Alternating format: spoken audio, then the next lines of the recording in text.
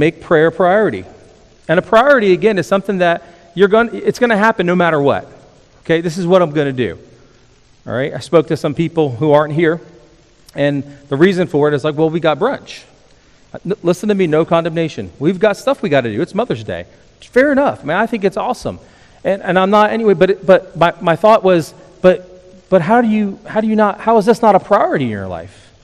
How is being with God's people, and again, I don't want anyone to feel condemned, but think about that. Why is it that it's so easy for us to sometimes just avoid things like prayer, like going to church? It's just easy. It's like, oh yeah, I'll skip it. And I realized, well, it's not a priority. So again, no condemnation, because if it was a priority, you'd be there, just like brunch is a priority today for those who couldn't make it. That's a priority. I want to be there. That's what I want. True. If you want to have a lifestyle of prayer, cultivate a lifestyle of prayer, if you want to feel as if God's in the room all the time, you want to learn how to do that. And it's going to take some spiritual discipline. It's going to take you just saying no to you and yes to Him, and acknowledging that. I was sharing with some of the young adults yesterday, how crazy it is that we can just live our lives acting like God isn't there. And one of the things I like to people watch, okay? Sometimes, I used to do all of my sermon prep at Starbucks years ago. I would do that, and some people are like, how can you focus, man? Like, such a distraction there. I love it. I love people. The more noise, the better. I can have 10 things going on. I get it done. I'm actually more focused that way. If it's quiet, I'm like, okay, I got to get out of here. I need to hear voices, People. So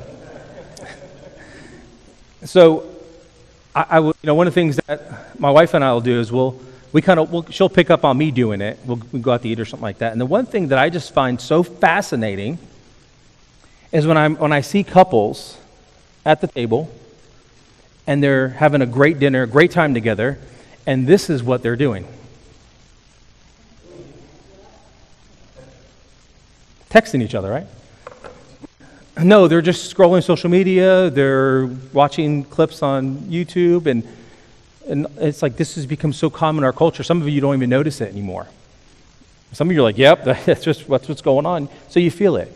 I'm thinking, this is somebody you're with. I'm assuming their spouse or you're in a relationship with. And then I heard the Lord one time tell me, He goes, yeah, you do that to me too. I was like, wow, man. As I'm like, what kind of couple is this?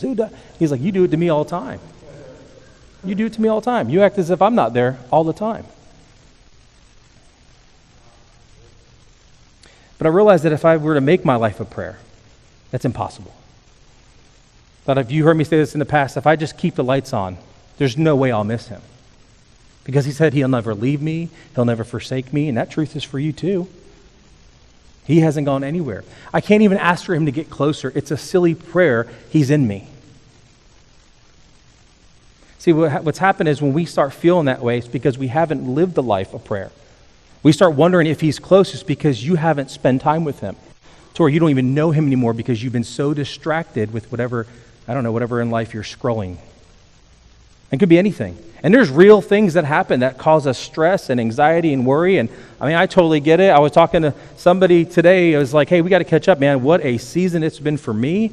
I'm just holding on, and I want to be the best example I can to my family, and of course you guys. And I'm just like, man, we got to talk. But I'm hanging in there. I'm not giving up. Here I am. It's like I get it, where you find yourself in that position.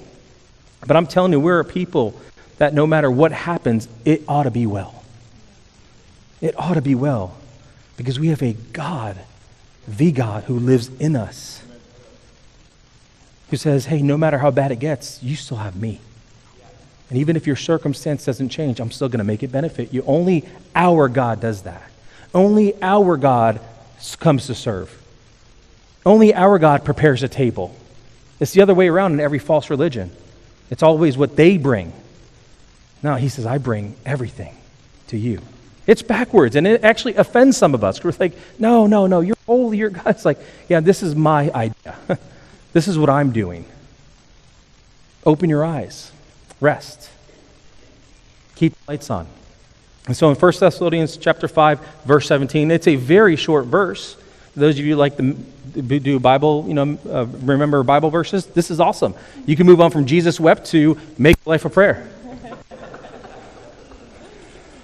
Make your life a prayer. Make your life a prayer. That's out of the Passion Translation. Some of you know this as pray without ceasing, right?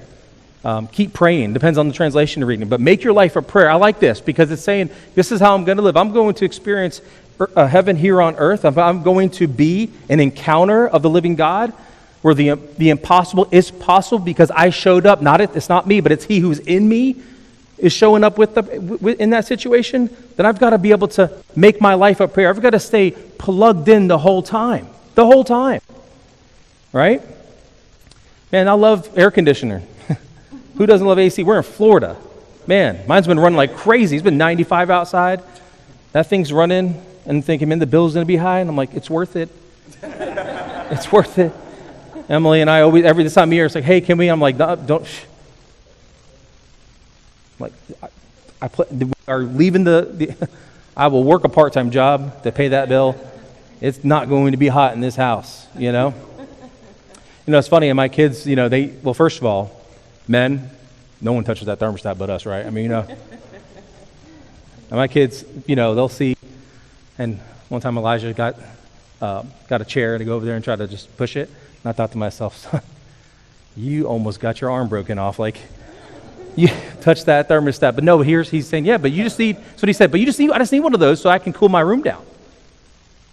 It's like, yeah, see, no, it's not the thermostat, son, it's what it's connected to. We've got to stay, He's always there. There's radio waves in this room right now. There's cell phone signals in this room right now. And if I take my cell phone, and if I go ahead and just flip the switch here and turn that little green button off, boom, I got no cell phone service. Man, where did AT&T go? It's still here. Oh, how do I get it? I got to turn on to it. Just got to connect to it. I've got to connect to Him. It's making your life a prayer. Stay connected to God. Keep the lights on. He's there. We're the ones that don't hear Him. It's not that He's not speaking.